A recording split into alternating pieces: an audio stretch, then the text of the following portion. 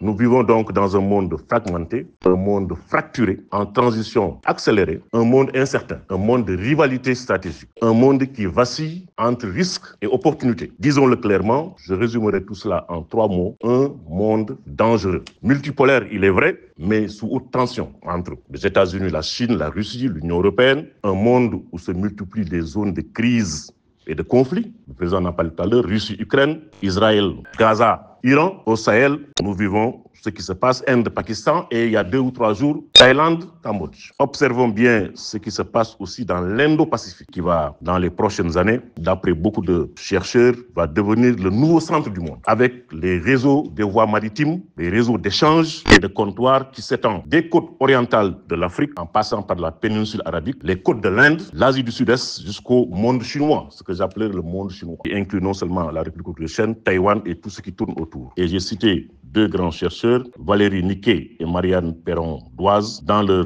ouvrage L'Indo-Pacifique, nouveau centre du monde, paru aux éditions Talendier. Observons aussi ce qui se joue autour de la mer de Chine méridionale, autour et dans le pourtour du Nil, dans le golfe de Guinée. Prêtons davantage attention aux questions relatives à la gouvernance maritime mondiale, à la gouvernance de l'eau, à la gouvernance des océans et de l'économie bleue, à la sécurité et à la sûreté maritime. Nous allons donc vers plus de complexité. Nous allons donc vers plus d'interconnexion et vers plus de risques à la fois sociaux, de risques politiques, géopolitiques, environnementaux et nucléaires. Depuis la guerre Russie-Ukraine, on parle de plus en plus de la dissuasion nucléaire, terme qui avait quelque peu disparu avec la fin de la guerre froide. Face à toutes ces mutations, le président l'a dit tout à l'heure, quid du Sud global, on appelle le Global South, et quid de l'Afrique. On voit l'Afrique dans un tel monde. Une Afrique qui sera peuplée vers les années 2050 de plus de 2,5 milliards d'êtres humains. Une Afrique avec ses risques, avec ses fragilités, et ses vulnérabilités, mais aussi avec ses grandes opportunités stratégiques. C'est justement, chers amis, dans ce contexte que la Fondation Macky Sall pour la paix, le dialogue et le développement organise cette 2e édition du Carrefour des Savoirs,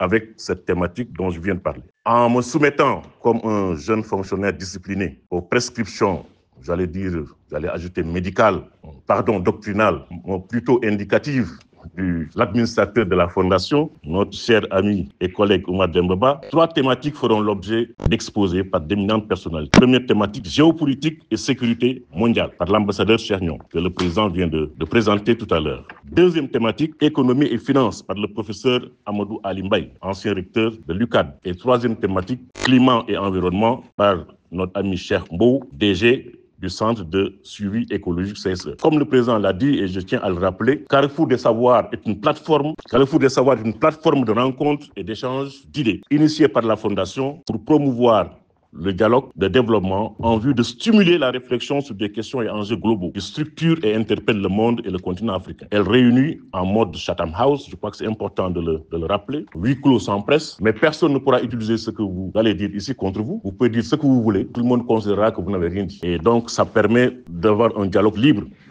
Donc, il réunit des diplomates, des universitaires, des experts, des jeunes leaders, des étudiants. Je me félicite d'arriver depuis Saint-Louis, de jeunes étudiants qui ont formé un club diplomatique qui m'avait saisi à l'époque et j'avais transmis leur lettre à l'ambassadeur Oumar Dembaba qui a bien voulu les étudier. Et j'ai une étudiante aussi qui vient de Montréal, c'est ma fille, qui est tenue à ce qu'elle soit là. Elle fait Sciences Po à Montréal, donc c'est important qu'elle puisse suivre ce qui va se dire ici. Et cette 2e édition fait suite à la première tenue le 10 mai dernier sur le thème santé et diplomatie. Regard croisé. Je voudrais, sans être plus long, vous remercier de votre présence et vous souhaiter des échanges fructueux.